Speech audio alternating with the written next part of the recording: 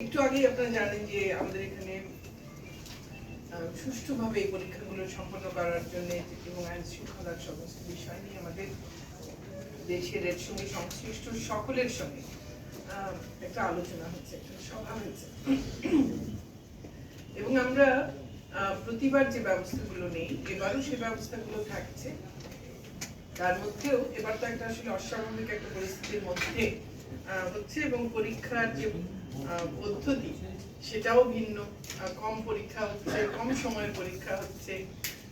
তারপরে আমাদের এই যেন গুজবটা যেন বন্ধ করা যায়, সব গুজব বন্ধ করা যাবে কিনা জানি না, তবে পরীক্ষায় যে গুজবটা ক্ষতিকর হয় সেটা হচ্ছে প্রশ্ন ফাঁসের গুজব।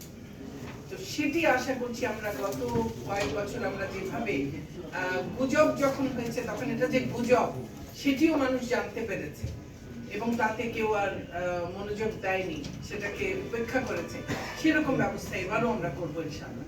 এবং যারাই এই ধরনের কোনো গুজবের সঙ্গে জড়িত থাকে কিংবা প্রশ্ন ফাঁসের চেষ্টার সঙ্গে যদি কেউ জড়িত থাকে তাদেরকে ধরার ব্যাপারে আমাদের সমস্ত গোয়েন্দা সংস্থাগুলো তীক্ষ্ণ নজরদারি এখন থেকেই শুরু করেছে এবং কেউ যদি কোনোভাবে জড়িত আছেন ধরা যায় তাহলে তাদের বিরুদ্ধে কঠিন ব্যবস্থা গ্রহণ করা।